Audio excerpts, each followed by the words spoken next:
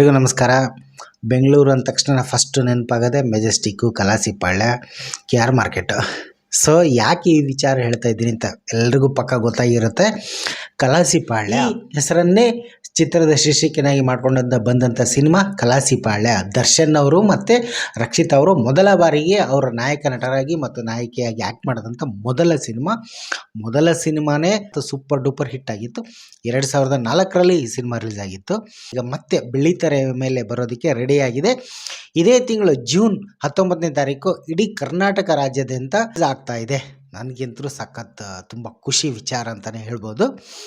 ಈ ಸಿನಿಮಾದ ಬಗ್ಗೆ ಒಂದಿಷ್ಟು ಮಾತನಾಡೋಣ ಅಲ್ವಾ. ಈ ಸಿನಿಮಾ ರಿಲೀಸ್ ಆಗಿದ್ದು 2004ರಲ್ಲಿ. ಅವರು ಏನು ಆ್ಯಕ್ಟ್ ಮಾಡ್ಕೊತ ಬಂದ್ರಲ್ಲ, ಅಂದರೆ ಅವರ ರಿಲೀಸ್ ಆಗಿರೋ ಸಿನಿಮಾಗಳನ್ನ ತೆಗೆದುಕೊಂಡ್ರೆ ಮೆಜೆಸ್ಟಿಕ್ ಆದಮೇಲೆ ಧ್ರುವ, ನಿನಗೋಸ್ಕರ, ಕಿಟ್ಟಿ, ಕರಿಯ ಬಂತು. ಕರಿಯ ಆದಮೇಲೆ ಒಂದಿಷ್ಟು ಸಿನಿಮಾಗಳು ಬಂತು, ಏರುಪೇರು ಆಗ್ತಾಯಿತ್ತು. ದಾಸ ಬಂತು. ದಾಸ ಆದಮೇಲೆ ಒಂದಿಷ್ಟು ಏರುಪೇರುಗಳು, ಅಂದರೆ ಭಗವಾನ್ ಅಂತ ಒಂದು ಸಿನಿಮಾ ಬಂತು, ಅದು ಒಂದು ಲೆವೆಲಲ್ಲಿ ಹಿಟ್ ಆಯಿತು. ಆ ನಂತರ ಬಂತು ನೋಡಿ ಯಾವುದು ಕಲಾಸಿಪಾಳ್ಯ. ಇಡೀ ಚಿತ್ರರಂಗದ ಒಂದು ದಾಖಲೆನೇ ಧೂಳಿಪಟ ಮಾಡ್ತು ಅಂತಲೇ ಹೇಳ್ಬೋದು. ಅದ್ರ ಬಗ್ಗೆ ಓಂ ಪ್ರಕಾಶ್ ರಾವ್ ಅವರೇ ತುಂಬ ಸಲ ಹೇಳ್ಬಿಟ್ಟಿದ್ದಾರೆ. ಅದು ಬೆರಕೆ ಸೊಪ್ಪಿನ ಸಾರು. ಆದರೆ 6-7 ಸಿನಿಮಾಗಳನ್ನ ಕದ್ದು ಅಥವಾ ಇನ್ಸ್ಪಿರೇಷನ್ನು ವಾಟ್ ಎವರ್ ಅದು ಏನೇ ಇರ್ಬೋದು ಅದನ್ನೇನೋ ಇಟ್ಕೊಂಡು ಮಾಡಿದ್ರು. ಹಾಡುಗಳಂತೂ ಸಖತ್ತು ಚಿಂದಿ, ಡೈಲಾಗ್ಸ್ಗಳು, ಹಾಡುಗಳು, ಮ್ಯೂಸಿಕ್ಕು ಸಖತ್. ಆಮೇಲೆ ಅವರ ಪೇರು ತುಂಬ ಇದಾಗೋಯ್ತು, ತುಂಬ ಅಟ್ರಾಕ್ಷನ್ ಆಗೋಯ್ತು.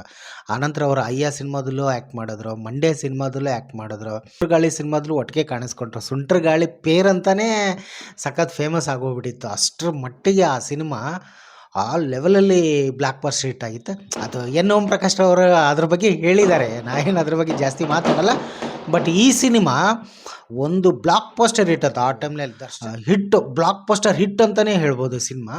ನನಗಂತೂ ಮತ್ತೆ ರಿಲೀಸ್ ಆಗ್ತಾ ಇದ್ದಲ್ಲ, ಅದನ್ನು ಡಿಜಿಟಲ್ ಆಗಿ ಮತ್ತೆ ನೋಡೋ ಒಂದು ಕುತೂಹಲ. ನಾನು ಈ ಸಿನಿಮಾನ ನಮ್ಮ ಹಾವೇರಿಯ ಮಗವಿ ಥಿಯೇಟ್ರಲ್ಲೇ ನೋಡಿದ್ದೆ. ಹೀಗಾಗಿ ಅಂದರೆ ಆ ಟೈಮ್ನಲ್ಲಿ ಹೆಂಗಿತ್ತಂದರೆ ಸಿನಿಮಾ ರಿಲೀಸ್ ಇದ್ದಿದ್ದು ಫಾರ್ಮ್ಯಾಟ್ ಅಲ್ವಾ, 2-3 ತಿಂಗಳ ಅಥವಾ ಒಂದು 5-6 ತಿಂಗಳಾದಮೇಲೆ ನಮ್ಮ ಊರಿಗೆ ಬರ್ತಾ ಇತ್ತದು, ನಮ್ಮ ಊರಿಗೋ ಅಥವಾ ನಮ್ಮ ತಾಲೂಕಿಗೋ ನಮ್ಮ ಡಿಸ್ಟಿಕ್ಕಿಗೋ.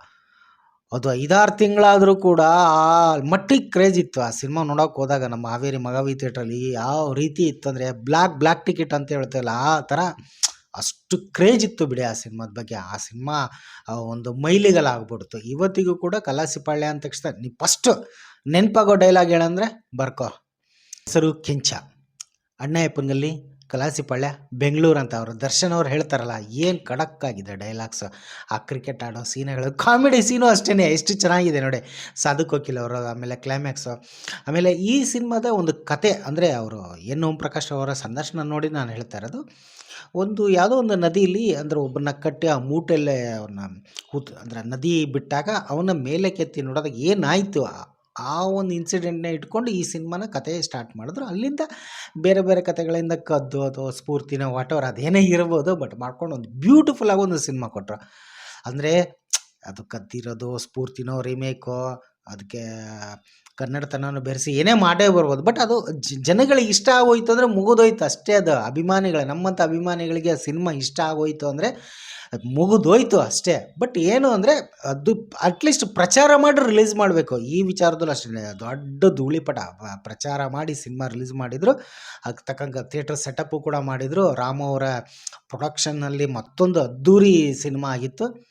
Super duper blockbuster hit ಆಗೋಯ್ತು. 100 ಡೇಸು ಕೆಲವೊಂದು ಸೆಂಟ್ರಲ್ಲಿ 25 ವಾರ ಎಲ್ಲ ಓಡ್ತು.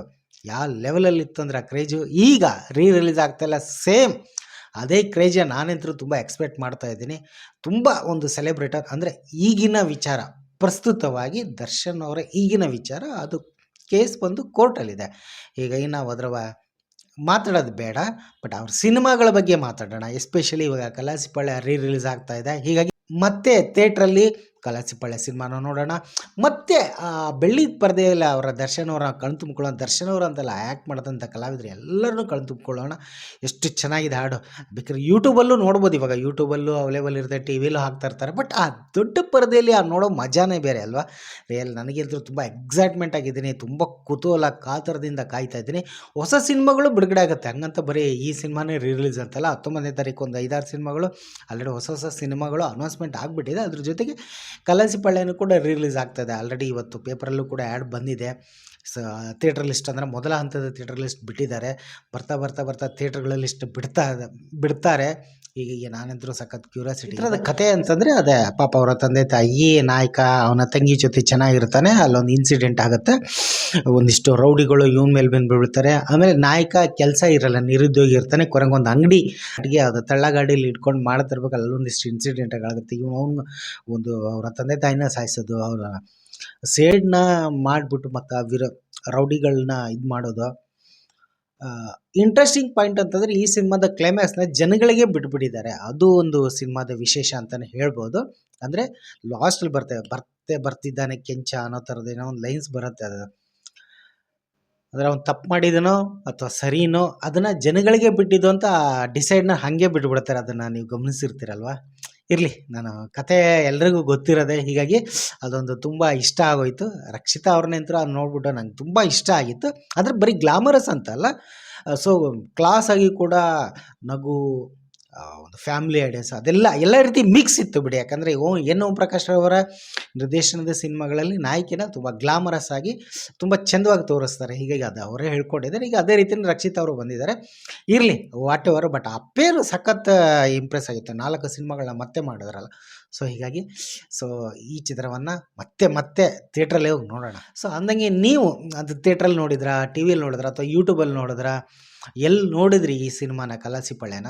ಸೊ ನಿಮ್ಗೆ ಏನು ಅನಿಸುತ್ತಾ ಕಾಮೆಂಟ್ ಮಾಡಿ ತಿಳಿಸಿ. ಧನ್ಯವಾದಗಳು.